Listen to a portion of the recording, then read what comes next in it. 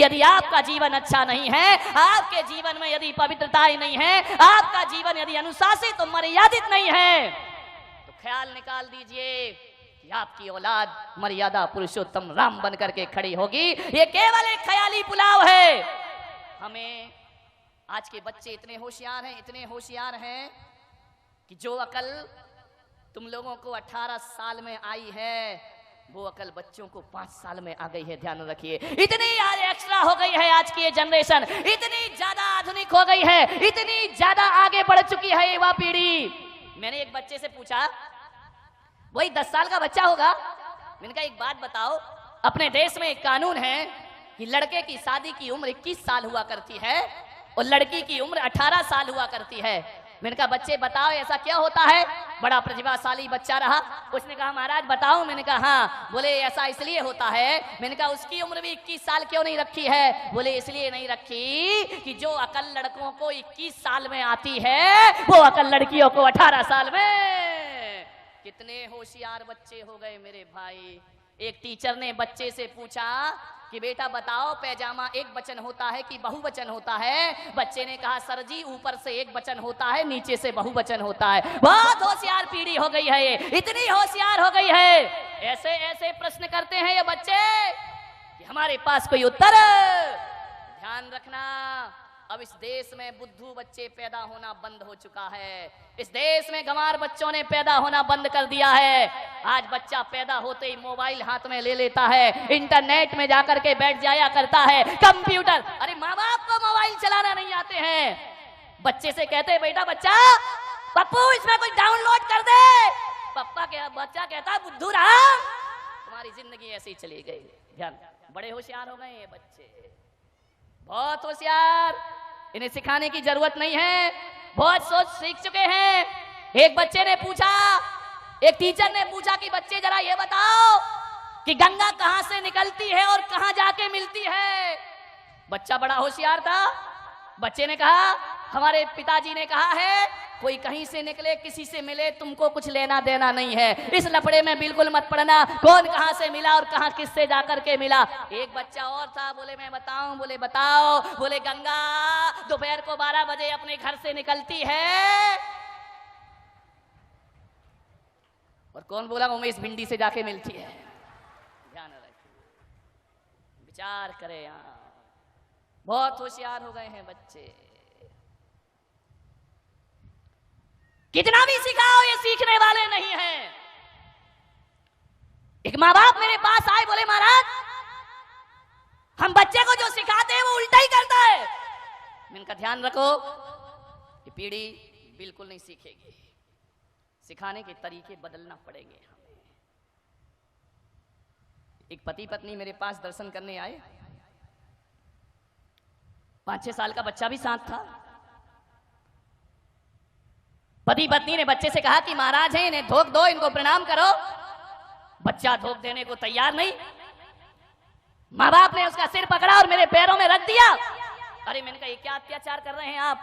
बोले अत्याचार नहीं कर रहे महाराज, संस्कार दे रहे हैं। मैंने कहा धत्तेरी की संस्कार? वो अखड़ा जा रहा है, तुम उसकी गर्दन मेरे सिर में लगाए जा रहे, लगाए जा रहे, लगाए जा रहे। बच्चा कह रहा नहीं करूंगा, नहीं करूंगा, नहीं करूंगा। तो मैंने कहा इस तरीके से ये प्रणाम नहीं करेगा। तो उन्होंने कहा महाराज हम कैसे सिखाएं, बड़ा ढीठ हो गया, कुछ सीखता ही नहीं है। मैंने कहा बच्चा ढीठ नहीं हो गया, तुम्हारी सिखाने की शैली गलत हो गई है। छोटा सा बच्चा था, ज्यादा बोलना भी उसे नहीं आता था। माँ बाप से मैंने कहा एक काम करो, तुम दोनों जरा हाथ जोड़ो। माँ बाप ने हाथ जोड़े। मैंने कहा अब तुम नमोकार मंत्र पढ़ो। माँ बाप नमोकार मंत्र पढ़ने लगे। छोटे से बच्चे ने देखा कि मम्मी पापा हाथ जोड़े हैं, उसने भी झट से हाथ जोड़ लिए। अब नमोकार तो उसे आता नहीं था, वह मुंह से बुदबुदाने लगा और चलाने लगा। अब मैंने कहा तुम दोनों प्रणाम करो। माँ बाप ने प्रणाम किया और बच्चे ने भी प्रणाम कर लिया। एक बात याद रखना, ग्वालियर वालों में आपसे इतना ही कहना चाहता हूँ, ये बात कहने का इतना ही मेरा मकसद है कि ये पीढ़ी 21वीं सदी की पीढ़ी ये सिखाने से नहीं सीखेगी, ये दिखाने से सीखा करती है। अरे जैसा तुम करोगे वैसा बच्चे करेंगे, जैसा तुम दिखाओगे बच्चे वैसा ही। अब सिखाओ मत, इन्हें करके कुछ दिखाइए। यदि आपने दिखा दिया, मालूम है बच्चे कैसे होते हैं? ये जो कैमरा लगाना मेरे सामने, टीवी का कैमरा, कभी छोटे बच्चों को देखना जो पलंग पे लेटा रहता है वह बोलता कम है, वह देखता ज्यादा है। छोटे बच्चे किसी भी चीज को बड़ी टकटकी लगा करके देखा करते हैं। हमारी पलकें झपक जाएं लेकिन बच्चों की पलकें नहीं झपका करती हैं, बड़ी टकटकी लगा के देखते रहेंगे देखते रहेंगे। आप सोच रहे हैं कि ये देख रहा है, अरे वो देख रहा नहीं, वो इस कैमरे की तरह निगाहें टकटकी लगा करके देख रहा है। और जो जो बच्चा देख रहा है वो उसके दिमाग में रिकॉर्ड होते चले जाता है, और जो जो रिकॉर्ड होता है वही उसका व्यवहार। अभी कैमरा मुझे देख रहा है, बिल्कुल टकटकी लगाई, यहाँ वहां नहीं देख रहा है, और अभी कुछ नहीं बोल रहा, चुपचाप खड़ा है। और जब मैं चुप हो जाऊंगा फिर ये बताएगा कि मैंने कैसा एक्शन किया, मैंने क्या बोला। अरे कैमरा अपनी तरफ से कुछ नहीं बोलता, जो बोलता है वह हमारे को देखकर बोलता है। और बच्चे अपनी तरफ से कुछ नहीं सीखते, जो भी सीखते हैं वह परिवार को देख करके सीखा करते हैं, हमारे व्यवहार को देख करके सीखा करते। हमारे घर में कैसा व्यवहार, एक पति बार बार झुंझलाएगा, बात बात पर उत्तेजित होगा। मैं आपसे पूछता हूं, सोचो बच्चा क्या रिकॉर्डिंग करेगा। एक बात ध्यान रखिए, जब तक औलाद नहीं हुई है तब तक जो करना है कर लो, और जिस दिन किसी औलाद को जन्म दे दो तो माँ बाप बनने का रोल अदा आपको करना चाहिए, शिक्षक बनने का रोल अदा आपको करना चाहिए। माँ की गोद बच्चे की प्रथम पाठशाला हुआ करती है। स्कूली ज्ञान के भरोसे मत रहना। स्कूलों में तो केवल डिग्रियां पकड़ा दी जाएंगी, स्कूलों में डॉक्टर बनाया जाएगा, इंजीनियर बनाया जाएगा, वकील बनाया जाएगा, स्कूलों में आईएएस आईपीएस अफसर बना दिया जाएगा। लेकिन ध्यान रखना, स्कूलों में डिग्रियां मिलेंगी, तुम्हारे बेटे को डॉक्टर इंजीनियर बना देंगे, लेकिन एक बात ध्यान रखना, स्कूल की शिक्षा डॉक्टर और इंजीनियर बनाती है, माँ बाप की शिक्षा एक अच्छा इंसान बनाया करती है। आप अपने बच्चे को अच्छा इंसान बनाइए, एक आदर्श व्यक्ति बनाइए। कैसा जीवन है, एक दादाजी को बच्चा जवाब दे देता है, क्या संस्कार हैं आपके घर में, विचार करिए, सोचिए आप। एक दादाजी को बच्चा जवाब दे रहा, मैंने दादाजी से कहा कि दादाजी ये जवाब दे रहा है आपको, बोले क्या करूं महाराज, सुनता ही नहीं है, एक बोलो तो हजार सुनाता है। मैंने कहा तुम कैसे दादाजी हो, बोले महाराज पूरे जीवन में मेरे बच्चे ने कभी मुझे जवाब नहीं दिया होगा, जो पोता मुझे जवाब देता है। मैंने कहा एक काम करो, जब ये तुम्हें अनर्गल बोले हो, जब तुम्हें जवाब दे, एक चांटक गाल में जोर से बच्चे को मार देना चाहिए। बोले महाराज कई बार मन होता है लेकिन मारने की हिम्मत नहीं होती।